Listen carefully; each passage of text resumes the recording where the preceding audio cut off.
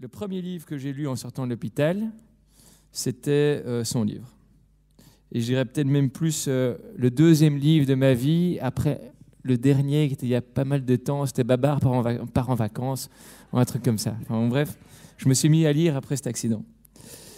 Et le livre qu'il a écrit a un titre magnifique, c'est « Tomber plus haut ».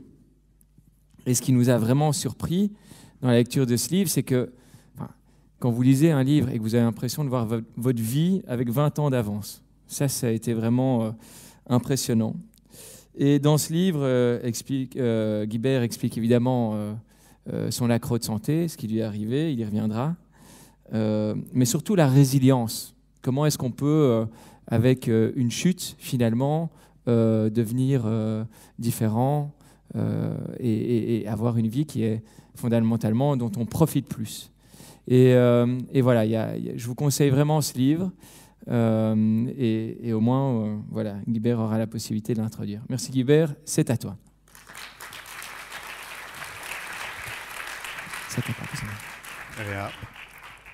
Bonsoir, on m'entend bien? Oui. Merci de m'accueillir et merci à Guillaume et à Costanza pour l'information. Je suis à la fois très heureux d'être ici ce soir. C'est toujours un plaisir de partager, et puis un peu embêté parce qu'il y a déjà tellement de choses, de belles choses et de choses vraies qui ont été dites avant. Donc je risque un peu d'enfoncer des portes ouvertes. Dans ce qu'a dit Aurore sur l'énergie, dans ce qu'a dit Guillaume sur la force de la résilience, dans ce qu'a dit Vinciane avec les enfants, ce qui est quand même le futur, et puis Édouard qui nous a imposé de retenir notre souffle. Et donc, quand j'ai rencontré Guillaume, effectivement, son histoire a beaucoup résonné en moi, parce que c'est comme si je faisais un bond de 20 ans en arrière. Et mon histoire à moi, deuxième challenge qui donne un peu d'émotion, c'est que j'ai 10 minutes pour raconter 20 ans de ma vie. Mon histoire à moi, celle que je vais vous raconter ce soir, effectivement, elle commence en juillet 94. J'étais jeune dirigeant d'entreprise, j'avais 30 ans. J'avais, comme le dit la chanson, du succès dans mes amours et dans mes affaires, et puis j'ai été diagnostiqué avec une tumeur de la taille d'une balle de golf, située dans la boîte crânienne, un endroit qu'on appelle l'hypophyse. L'hypophyse est une petite glande extrêmement importante qui gère tout votre système endocrinien. Quand vous avez 30 ans, du succès, dirigeant une entreprise qui avait pignon sur rue, qui était très connue, et que le médecin vous dit ça se complique, et peut-être qu'à l'échéance de 3 mois, les choses vont être encore plus compliquées. Aujourd'hui, on traite bien cette pathologie. Il y a 20 ans, c'était plus compliqué. Eh bien, c'est plongé dans une nuit noire. Je dirais, c'est le même sentiment que de sauter dans une eau noire en pleine nuit et de descendre. Et je passe l'été à essayer de trouver la bonne thérapie. On essaye toute une série de traitements qui ne fonctionnent pas, qui n'ont comme seul usage, comme seul impact finalement d'empoisonner le reste du corps. Et donc à la fin de l'été, il est décidé d'opérer. Aujourd'hui, il y a une évolution des techniques qui fait que c'est beaucoup plus léger. À l'époque, c'était une intervention lourde. Et donc, je passe 5 à 6 heures sur la table d'opération pour qu'on m'extrait cette tumeur située derrière les yeux, à la base des 2 hémisphères cérébraux. Et puis, quelques jours après l'opération, le médecin rentre dans ma chambre et me dit « Écoutez, j'ai des nouvelles pour vous. Au rayon des bonnes nouvelles, vous êtes toujours en vie. La deuxième chose, vous n'êtes plus aveugle. C'est que la tumeur était tellement grosse qu'en fait, elle compressait le nerf optique, et les jours qui ont précédé l'opération, j'ai perdu la vue. Je voyais juste encore la lumière, mais je ne voyais même plus les formes de mon visage dans le miroir. Il me dit, bon, ça c'est au rayon des bonnes nouvelles. Par contre, le problème, c'est qu'en retirant la tumeur, on a retiré également l'hypophyse, et on ne peut pas vivre sans hypophyse. Il me dit donc, pour le restant de vos jours, les choses vont être un petit peu compliquées. En clair, me dit le docteur, il était professeur en endocrinologie au CHU du Sartillemont, une sommité. Il me dit, vous risquez probablement d'être dans un état dépressif latent permanent, comme une femme qui fait une chute hormonale, puisque la tour de contrôle hormonal a disparu. Okay, donc la dépression pour le restant de mes jours. Vous ne pourrez plus avoir d'enfants. Pourquoi? Parce que l'hypophyse commande chez la femme aux ovaires la production d'ovules, et chez l'homme aux testicules la production de spermatozoïdes, et donc vous n'en produirez plus. Il me dit votre espérance de vie sera réduite d'une 15aine d'années parce que vous allez arrêter de générer des hormones, et donc votre muscle cardiaque va s'atrophier de façon plus vite et vous allez faire de l'ostéoporose. Je prends note. Et puis il me dit, voilà une liste de 5 médicaments, plutôt des hormones de substitution que vous devez prendre parce que le corps ne fonctionne plus et que quelque part vous devez substituer. Il me dit, certaines doivent être prises 2 fois par jour, d'autres sous injection. Et pour l'une d'entre elles, si vous ne le faites pas, vous êtes dans le coma dans les 48 heures. Pour le reste, revenez nous voir 2 fois par an, on fera résonance magnétique et test de sang et essayez d'avoir une bonne vie. Ça, c'était ma feuille de route le 12 septembre 1994. J'avais fêté mes 31 ans quelques jours plus tard. Et chose assez interpellante, surprenante, c'est qu'en entendant le diagnostic, ou devrais-je dire la sentence, du médecin, je n'ai pas été du tout abattu. Je n'ai pas été abattu pour différentes raisons. Et on les a déjà évoquées un petit peu juste avant. La première chose, c'est que j'étais en vie. J'allais retrouver mon épouse et mon petit garçon qui avait 1 an à l'époque et c'était vraiment pour eux que je m'étais battu. La deuxième chose, c'est que malgré le fait que j'ai une infinie gratitude pour la médecine qui m'a sauvé, et Dieu sait si j'ai une infinie gratitude pour les infirmières et les médecins, j'avais compris aussi que la médecine n'est pas une science exacte, c'est un art. Ce qui veut dire, de mon point de vue, que si c'est un art, le diagnostic n'est jamais définitif. Deuxième point qui me faisait croire qu'autre chose était possible. Le troisième point, c'est en une discussion avec le professeur en endocrinologie qui m'a dit à l'époque quelque chose qui était assez novateur, qui ne l'est plus aujourd'hui. Il me dit, tu sais, il existe un lien étroit entre ton état psychique et ton état chimique. En clair, tes pensées, tes émotions ont un impact sur ton système immunitaire et sur ton système cellulaire. Et il me dit, tu prends du stress conventionnel que tu dois avoir. Moi, j'étais directeur général de Walibi à 29 ans, c'était coté en bourse. Je vous dis, j'avais du stress parce qu'il fallait délivrer. Mais il me dit, tu mets dessus du stress très négatif, c'est de l'amertume, des colères, des rancœurs. Et il me dit, en fait, tu crées ton propre poison, ça tue plus que l'alcool et le tabac. Et en fait, en regardant les 12 mois qui avaient précédé, je me suis rendu compte que c'est exactement la nature des sentiments que j'avais nourris et développés. Et donc, ça a beaucoup résonné dans ma mémoire. Et donc, en sortant de l'hôpital, j'avais aussi compris une quatrième chose après le lien entre le corps et l'esprit. J'avais compris que le duo gagnant était également un vrai partenariat entre le médecin et le client, à savoir une écoute empathique du médecin, qui sait un certain nombre de choses et qui vous aide, et puis l'écoute intérieure du patient. Et que, je veux dire, le chemin de la résilience passait par un vrai partenariat. Donc, fort de ça, en sortant de l'hôpital, en fait, je décide de changer mon hygiène de vie, la façon dont j'avais l'habitude de vivre, en me disant, ben, tiens, il faut d'abord que je réattaque le corps physique, que je le renforce, un peu comme si vous perdez l'usage du bras droit, vous allez renforcer la dextérité et la force de la main gauche.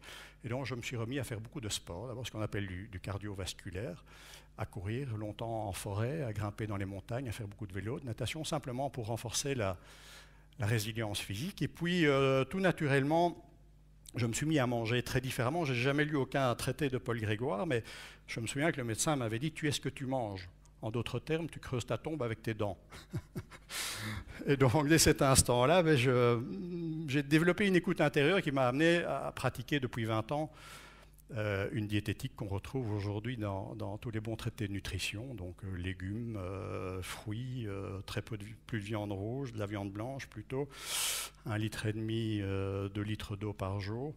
Je dois avouer que je n'ai jamais abandonné un bon verre de vin, ni un verre de bière, ni du chocolat, parce que je crois dans les vertus du plaisir qu'on s'octroie. Et donc ça, c'est la deuxième chose. La troisième chose que j'ai développée, c'est que j'ai essayé de unir le corps et l'esprit, donc j'ai essayé de trouver le meilleur de nos technologies avec d'autres techniques plus intégrales, plus holistiques, peut-être qui venaient d'Asie. Et donc j'ai appris à me soigner d'une façon différente. J'ai été très au contact d'ostéopathes qui m'ont vraiment sauvé pendant toutes ces années-là. Et puis j'ai développé une certaine connaissance ou compétence en matière de médecine asiatique. Aujourd'hui c'est assez connu, que ce soit shiatsu, reiki et autres, simplement pour apprendre à me soigner. Alors, la bonne nouvelle, c'est qu'au travers de cette hygiène de vie, finalement, rien de ce que m'avait dit le médecin ne s'est avéré exact. Le médecin qui est resté un très bon ami, hein, je le vois toujours chaque année et on a des discussions passionnantes. En fait, heureusement pour moi, je n'ai jamais été dépressif. Après, j'ai encore dirigé d'autres entreprises, et puis je suis devenu indépendant. J'ai monté des business, et il y en a dans la salle, les entrepreneurs ne pouvaient pas être dépressifs pour ce genre de choses. J'ai la chance d'être en très bonne santé. Ça m'arrive assez souvent d'aller courir 10 km dans la forêt de Soignes ou de grimper le Mont Ventoux en vélo ou autre. Il ne faut pas être dépressif, c'est tout. Donc la dépression, je n'ai pas vu. Au niveau de la stérilité, je n'ai pas vu non plus parce que j'ai encore eu 2 solides gaillards qui sont arrivés naturellement, dont j'ai la faiblesse de croire qu'ils sont de moi parce qu'il y en a un qui me ressemble et l'autre qui a mon caractère. Et puis de façon plus surprenante, peut-être pour la médecine telle qu'on la connaît, j'ai réussi à abandonner l'ensemble des médicaments qu'on m'imposait de prendre. Simplement, c'est désagréable de vivre avec une épée de Damoclès. Les affaires m'amenaient à voyager très souvent, il fallait toujours que j'aie mes seringues et ainsi de suite. Et donc, au fur et à mesure, mon corps m'a dit tu n'as plus besoin de ça, mon corps, et les thérapeutes, les ostéopathes et autres qui m'ont accompagné m'ont bien fait sentir que je n'avais plus besoin de ça. Et je me suis aussi ouvert à d'autres croyances par rapport à la médecine et autres. Et donc la bonne nouvelle, c'est que je suis plus en forme ce soir à presque 53 ans que je ne l'étais il y a 20 ans. Mais la vraie bonne nouvelle peut-être, c'est le chemin de conscience que cette reconstruction physique m'a fait parcourir.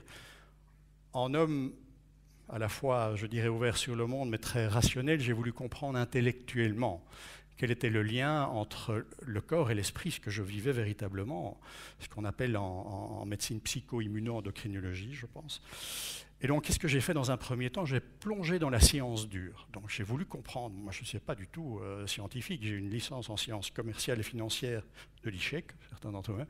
Ça ne fait pas de moi un scientifique.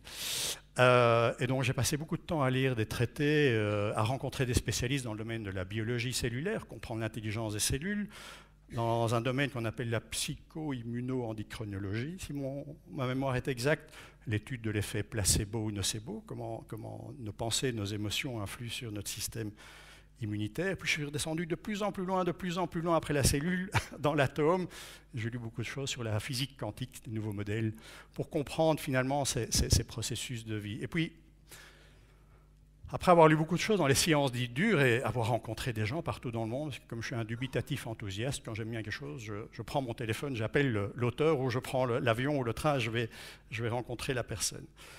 J'ai lu beaucoup sur les sciences humaines, également en anthropologie et ethnologie, pour comprendre les pouvoirs thérapeutiques des peuples premiers. Qu'est-ce qu'on savait et qu'on avait perdu aujourd'hui? Et là, j'ai découvert, c'était en lisant un livre de Hubert Reeves, astrophysicien et philosophe, qui disait on pense que l'homme n'utilise que 10% de son cerveau, je ne sais pas si c'était exact, et on ne connaît que 10% de l'univers, et il y a forcément un lien entre les deux. Et là, je me suis dit, mais oui, finalement, la nature est extrêmement bien faite. Si on a une masse cérébrale comme ça, qu'est-ce qu'on en fait? Pourquoi est-ce qu'on n'utilise qu'une toute petite partie? Et donc, j'ai voulu comprendre ce que les peuples premiers, certains existent encore, j'ai eu l'occasion de vivre un certain temps en Amazonie avec les Indiens, je me dis, quelle était leur approche du monde thérapeutique? Et là, j'ai découvert aux surprises qu'on n'avait rien inventé. Depuis le siècle des Lumières, depuis Newton et puis la révolution industrielle, on a tout mécanisé, entre autres la science et la médecine qui permettent de faire des choses incroyables. Mais ce sont les Égyptiens qui ont inventé la pharmacopée, la médecine généraliste, la médecine spécialiste. La grande différence entre eux et nous, c'est que nous, on est hyper spécialisés en silos. Hein, vous avez un problème au coude, vous allez avoir le spécialiste du coude, mais peut-être que le problème au coude ne vient pas du tout du coude, sauf si c'est un choc, il vient peut-être d'une émotion et autres. Or, on est en silo, alors que ces peuples premiers, certains existent encore, ont toujours une approche intégrale du corps et de l'esprit et de l'âme et du corps et du lien entre les deux. Et je l'ai vraiment vécu dans mes cellules, en passant 3 semaines au fin fond de l'Amazonie avec les chamans là-bas. Et donc, je me souviens qu'une après-midi, j'avais une discussion passionnante avec quelqu'un qui avait travaillé pendant 15 ans avec Ilya Prigogine, qui est un des rares prix Nobel qu'on ait eu en Belgique, et elle me dit, tu sais, le professeur allait très souvent chercher son inspiration dans Lao Tse. Lao Tse, c'est un philosophe chinois qui est le père du taoïsme. Et là, il m'est apparu comme une évidence, finalement, que la frontière entre, je dirais, les sciences dites dures et la théologie ou la philosophie, la frontière entre physique et métaphysique, entre science et conscience, finalement, elle était étroite comme une feuille de cigarette. Et ce que j'ai fait, après avoir investigué les sciences dites dures et puis les sciences humaines, je suis remonté à l'étage supérieur au niveau de la conscience en essayant de lire tout ce que je pouvais trouver dans le domaine de la sagesse. Alors, pourquoi je dis la sagesse? Je dis, moi, voilà, je vous partage simplement ma vérité, je ne suis pas très religieux. Je crois, à titre personnel, à l'instar de 90% de la planète, qu'il y a quelque chose de supérieur, il y a une intelligence et autres. Je ne suis pas très religieux simplement parce que je me suis toujours méfié des dogmes, mais j'ai voulu comprendre par moi-même. Donc ce que j'ai fait pendant de longues années, j'ai à la fois lu et rencontré des maîtres de sagesse, de Pythagore jusqu'au Dalai Lama, je veux dire, et surtout pour les religions. J'ai lu et pratiqué parfois, je veux dire, ce qu'on appelle les voies mystiques, pour comprendre ce qu'il y avait au-dessus et qui finalement, qu'est-ce qui unissait la conscience, notre conscience de civilisation depuis la nuit des temps. Donc, ça a été des lectures et des rencontres dans le domaine de la Kabbale, du soufisme, des Védas. J'ai pas mal été en Inde, ou des apocryphes pour la chrétienté. Et il s'est passé quelque chose de très intéressant pour moi à l'intersection de ces trois approches, science dure, science humaine, et puis enseignement de sagesse, c'est que j'ai trouvé pour moi les réponses aux questions fondamentales, à savoir qui est-on, qui est l'homme, qui suis-je, que vient-on faire sur Terre, à quoi sert la Terre finalement, et comment doit-on y vivre? Oh, bien sûr, ce n'est pas la vérité, c'est ma vérité, celle qui m'aide à vivre au quotidien. Mais le fait de trouver ces réponses à ces questions fondamentales, ça a profondément changé mon regard sur moi, enfin sur le monde extérieur, et également sur moi en tant qu'homme, père, époux, et en tant que dirigeant d'entreprise. J'ai dirigé plusieurs entreprises. Et donc tout naturellement, au bout d'un moment, il m'a semblé évident d'essayer d'aligner l'homo sapiens que j'étais devenu dans ces 20 ans de reconstruction avec l'homo economicus que j'incarnais, c'était ce que je faisais au quotidien. Et c'est ce qui m'a amené à faire un deuxième shift, après avoir beaucoup travaillé sur ma résilience individuelle, c'est finalement vouloir aider ou proposer au monde une résilience plus collective. Et c'est ce que je fais aujourd'hui de deux façons. J'ai changé de métier, j'ai remis mes clés d'administrateur délégué il y a déjà une dizaine d'années, et je suis reparti à zéro pour faire deux choses. Accompagner les entreprises, les actionnaires, les dirigeants d'entreprise, pour les aider à remettre du sens dans le projet d'entreprise, et ce faisant grandir de façon harmonieuse. Et puis, depuis 4-5 ans également, accompagné au travers d'une fondation dont je m'occupe également, qui est la fondation Lunt, accompagner les entrepreneurs sociaux qui œuvrent pour l'émergence d'un monde nouveau, d'un monde meilleur, qui soit à la fois porteur de vie, porteur d'amour et porteur d'espoir. Je vous remercie.